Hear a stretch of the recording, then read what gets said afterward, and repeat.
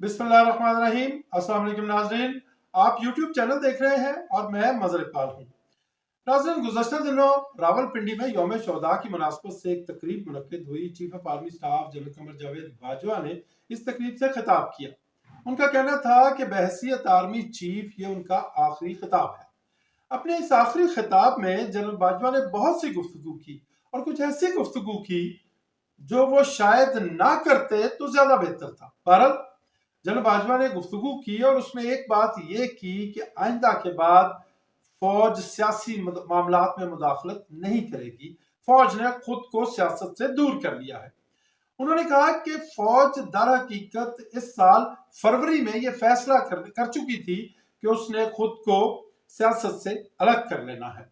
अगर जनरल बाजवा की यह बात दुरुस्त मान ली जाए तो ये सवाल तो उठाना बनता है कि अगर फौज फरवरी में यह फैसला कर चुकी थी कि उसने खुद को सियासत से अलग करना है, तो वो कौन था जो तरीके अदम एतमाद जो इमरान खान साहब के खिलाफ पेश की गई उस पर वोटिंग से एक रात पहले तक अहकामात दे रहा था। और क्योंकि वजीर दाखिला तो थे शेख रशीद अहमद, लेकिन वो कहते हैं कि पार्लियामेंट हाउस के बाहर प्रिजन वैन मैंने नहीं मंगवाई थी। अगर शेख रशीद ने वो वैन नहीं मंगवाई थी तो फिर वो कौन था जिसके हुक्म पे प्रिजन वैन आ रही थी? अच्छा चले, खैर, तरीके अदम एतमाद हो गई।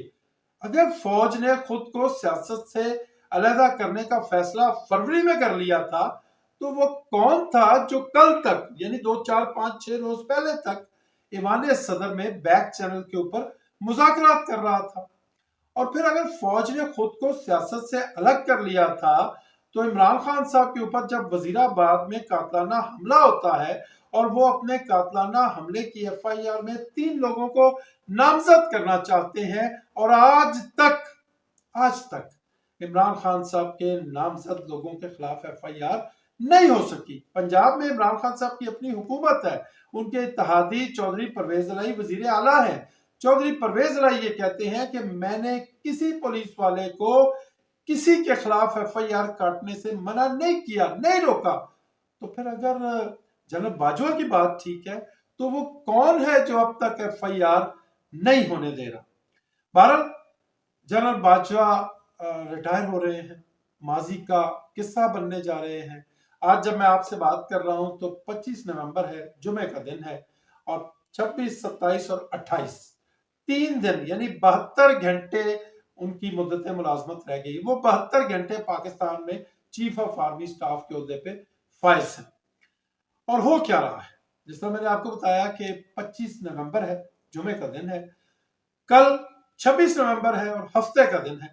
ये वो तारीख है जिस दिन इमरान खान साहब ने पूरे पाकिस्तान से अपने कारकुनों को, अपने वेल विशर्स को, अपने चाहने वालों को रावलपिंडी बुला रखा है। यानी लॉन्ग मार्च करते हुए लोग जो मुख्तलिफ शहरों से होते हुए अब रावलपिंडी आना चाह रहे हैं, तो इनके लिए बंदोबस्त किया गया है मरी रोड के ऊपर।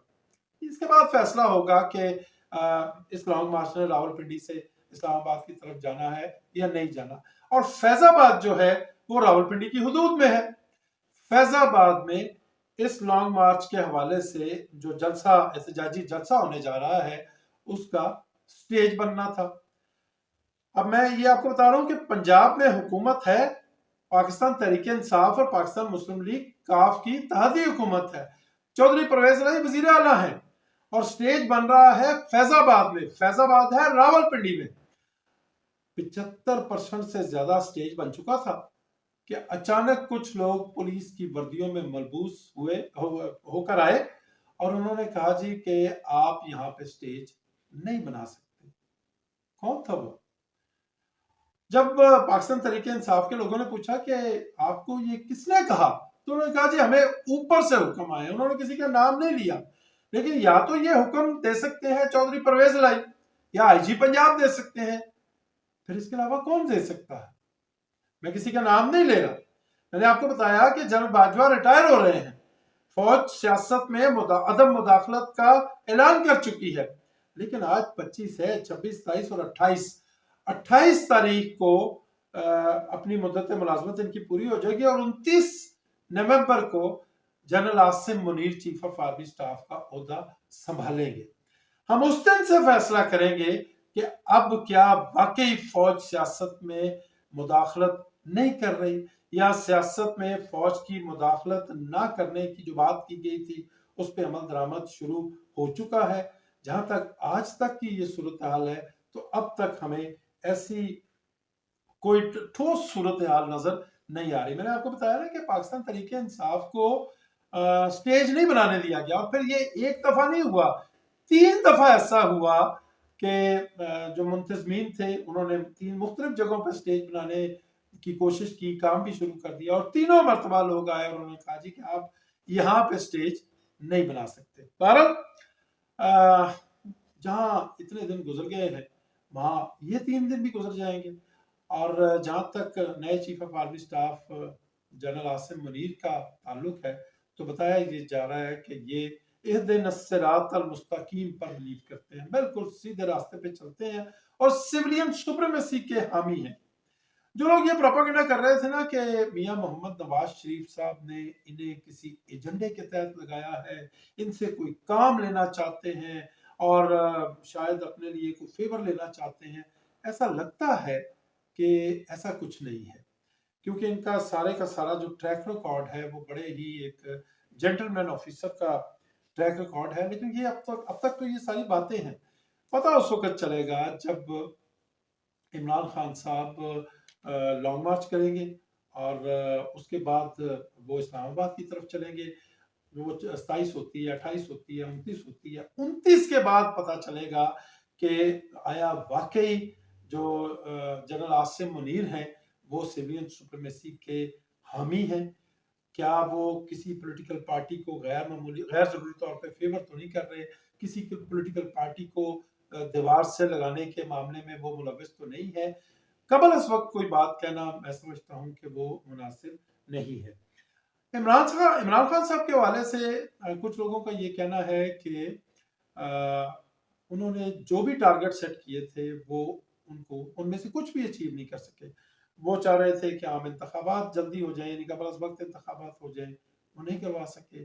वो चाह रहे थे अपनी मर्जी का चीफ ऑफ आर्मी स्टाफ लगवाना चाहे, नहीं लगवा सके। वो चाह रहे थे कि चीफ इलेक्शन कमिश्नर तब्दील हो जाए, नहीं तब्दील हो सका।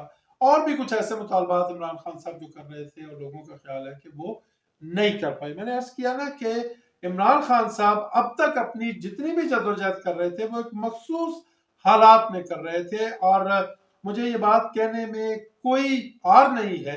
मैं बिला खौफ तरदीद ये बात कहता हूं कि कोई माने या ना माने, हकीकत ये है कि अब तक पाकिस्तान की सियासत में एस्टेब्लिशमेंट का एक रोल है, रहा है, अब भी है।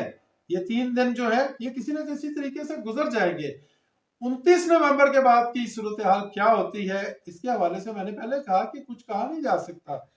अगर 29 नवंबर को या 29 नवंबर के बाद पाकिस्तान की एस्टेब्लिशमेंट वाकई ए पॉलिटिकल हो जाती है, तो फिर हम जज कर सकेंगे कि आया इमरान खान साहब की जो जद्दोजहद है वो किसी नतीजे पे पहुंचती है, वो कुछ हासिल कर पाती है या नहीं कर पाती। अब तक के लिए इतना ही। अपना बहुत ख्याल रखिएगा और अपने इस चैनल का भी अल्लाह निगहबान।